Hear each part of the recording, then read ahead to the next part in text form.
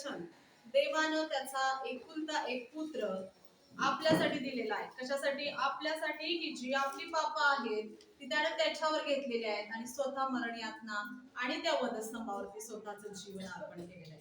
या प्रभू भोजनाच्या विधीमध्ये जात असताना सर्वप्रथम ते डोळ्यासमोर वचन आणणं तितकंच गरजेचं आहे. आपण या विधीत जात असताना आपण नेत्र बंद करूया आणि प्रार्थना करूया. धन्यवाद देत आहे स्वर्गातल्या प्रेमळ बाप्पा, तू आधी, तू अंत, सर्वश्रेष्ठ, सर्वसमर्थ, माझा यहोवा राजा. प्रभू येशूच्या नावात सर्वप्रथम अंतकरणाने जसा तू शुद्ध आणि पवित्र आहेस तसं आम्ही सर्वजण तुझ्याकडे येत आहे. होय राजा प्रभू, आमच्याकडून काही पाप झाली असतील तर ती प्रथम आम्ही काढून टाकताय आणि तुझ्या चरणाजवळ या मेजामध्ये सामील होत असताना येणारं प्रत्येक वचन आम्हाला समजण्यासाठी ज्ञान आणि बुद्धीचा आम्हाला पुरवठा कर. येशूच्या नावात करतोय म्हणून आभार आणि धन्यवाद. सर्व आदर, सर्व महिमा आणि गौरव प्रार्थना तुझा पुत्र येशू माझ्या उद्धारक आणि तारणाऱ्याच्या नावाने मागते.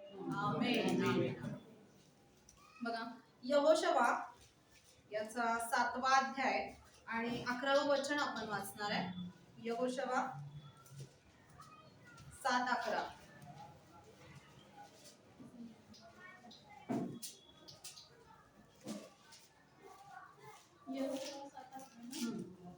इस्रायल लोकांनी पाप केले आहे, मी त्यांच्याशी केलेला करार त्यांनी मोडला आहे. समर्पित वस्तूंपैकी काही त्यांनी घेतले आहे. एवढेच नव्हे तर त्यांनी चोरी व लबाडीही केली आहे आणि त्या वस्तू आपल्या सामानामध्ये ठेवल्या आहेत. वचन आपल्याला सांगत आहे की इस्रायलाने पाप केले आहे, मी त्यांच्याशी केलेला करार त्यांनी मोडला आहे. समर्पित वस्तू पैकी काही त्यांनी घेतल्या आहेत. एवढेच नव्हे तर त्यांनी चोरी लबाडीही केली आहे आणि त्या वस्तू आपल्या सामानामध्ये ठेवलेल्या आहेत. देव सांगत आहे की जो कोप येतो आपल्यावरती, कोप म्हणजे काय? कोण सांगू शकतं? देवाचा कोप झाला असं म्हणतो आपण. तो कधी येतो? असाच येतो का उगाचच आपल्यावरती? कधी येतो? वाईट गोष्टी ज्या वेळेला आपण देवाच्या विरोधात आपण ज्या वेळेला जातो, ज्या वेळेला आपण करार देवाचा मोडतो आणि त्यावेळेला त्याचा कोप आपल्यावरती होत असतो. तसाच काही इस्रायल लोकांनी काय केलेलं आहे? देवाच्या विरोधात झालेला जो देवाबरोबर झालेला करार त्यांनी काय केलेला आहे? मोडलेला आहे. वचन स्टार्ट होत असताना बघा काय सांगत आहे आपल्याला. इस्रायल लोकांनी समर्पित वस्तूच्या बाबतीत विश्वासघात केलेला आहे. समर्पित म्हणजे ज्या दिलेल्या देवाला वस्तू असतील, तिथे काही असू शकेल.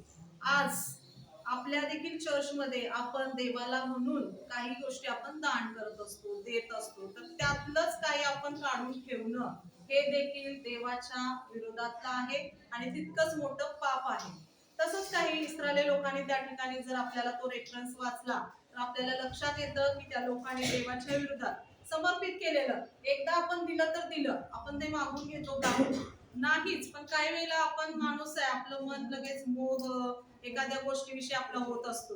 जावं आणि ते घ्यावं, आपल्याला कधी मिळेल, आपला मोह. पैसे असतील, काही सामान असू दे, मला पण ते पाहिजे होतं, दिलंय देवाला तर ठीक आहे. जरी कुणाला जरी आपण मदत केली असेल तर जाऊन आपण परत मागण्याचा कधी आपण चूक करत नाही. समर्पित केलंय ना तर ठीक आहे, दिलेला आहे तर दिलेला आहे.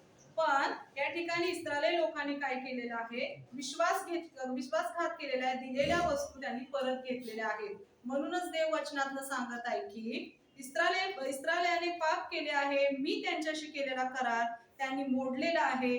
समर्पित वस्तूपैकी काही त्यांनी घेतल्या आहेत. वचन देणं प्रकार माहिती आहे बघा तुम्हाला. आपण वचन देतो का नाही एकमेकाला, मी आता इथून पुढे असं काहीच वागणार नाहीये.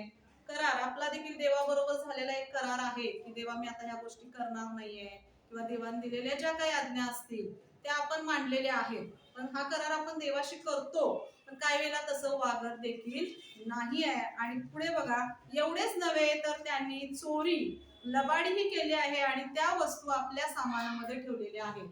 देवाला दिलेल्या वस्तू आपल्यामध्ये घेतल्यात, आपल्या सामानामध्ये गुंडाळून त्यांनी ठेवलेल्या आहेत. म्हणूनच देवाचा त्यांच्यावरती कोप झालेला आहे. म्हणून इस्रायल लोकांना आपल्या शत्रूपुढे टिकाव धरवत नाही. ते आपल्या शत्रूंना पाठ दाखवतात, कारण ते शापित झालेले आहेत.